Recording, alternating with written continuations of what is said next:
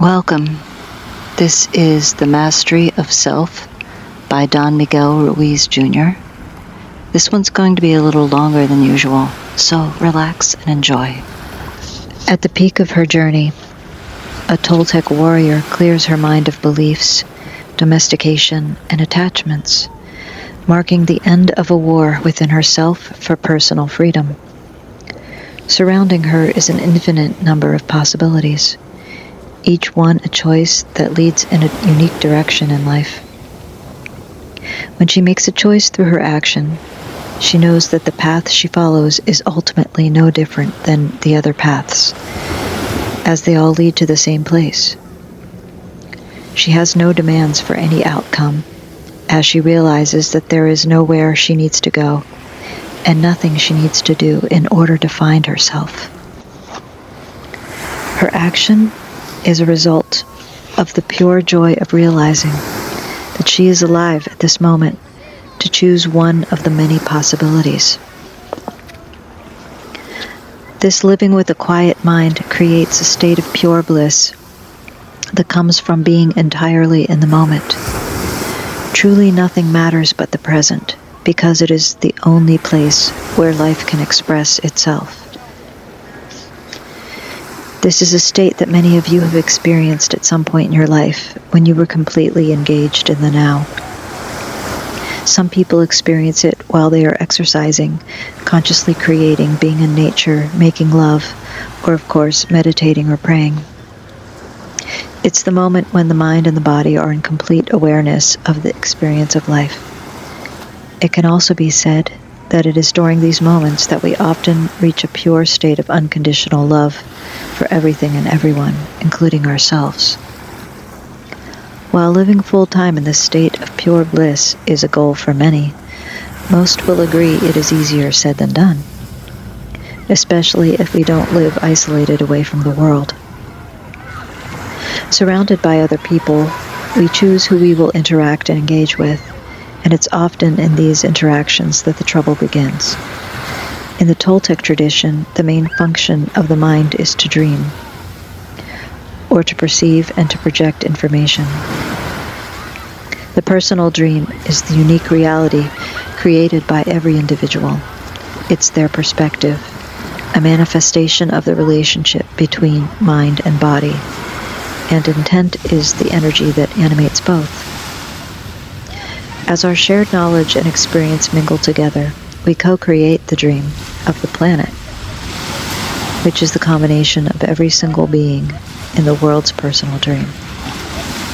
While we live individual dreams based on our individual perceptions, the dream of the planet is the manifestation of our shared intentions, where we allow our ideas and agreements to flow between us. If there is harmony in the personal dream, then there is a constant opportunity for harmony with the dream of the planet. It's likely that you don't live in a cloistered monastery or ashram, or all alone atop a high mountain. You have chosen to engage in the world, and if you want to enjoy yourself in the process,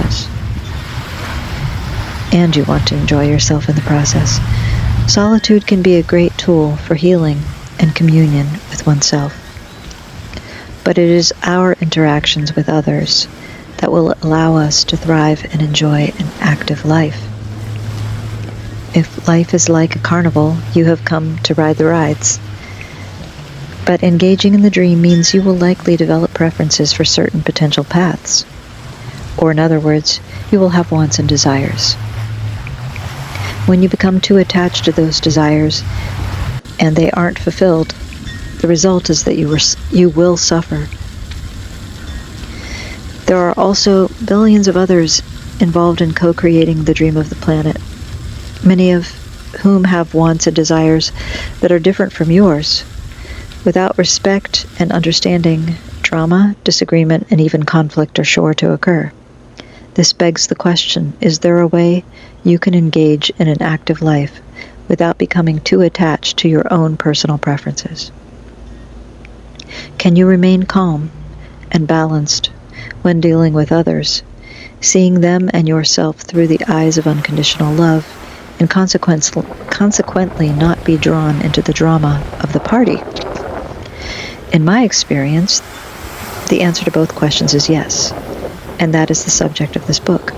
This can be done through a process called the mastery of self. You become a master of self when you can engage the dream of the planet and everyone in it without losing sight of your authentic self, and while maintaining the awareness that every choice you make is your own. You are no longer caught up with the drama of the party. When you engage with the dream of the planet with the awareness and remembrance that it's only a dream, you are able to move freely, liberated from the chains of attachment and domestication. An attachment is the action of taking something that is not a part of you and making it a part of you through an emotional or energetic investment.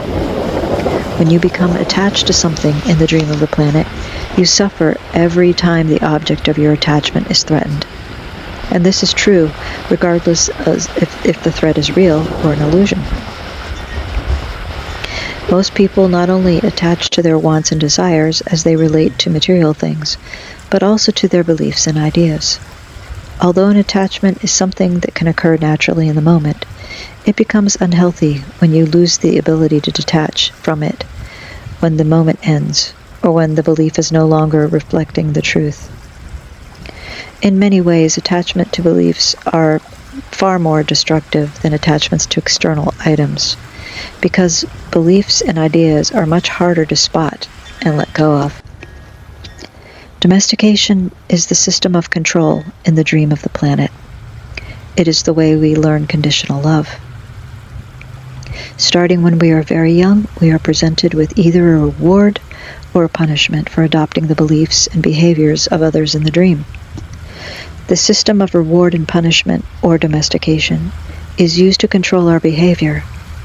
The result of domestication is that many of us give up who we really are in exchange for who we think we should be. And consequently, we end up living a life that is not our own. Learning how to spot and release our domestication and reclaiming who we really are in the process is a hallmark of a master of self.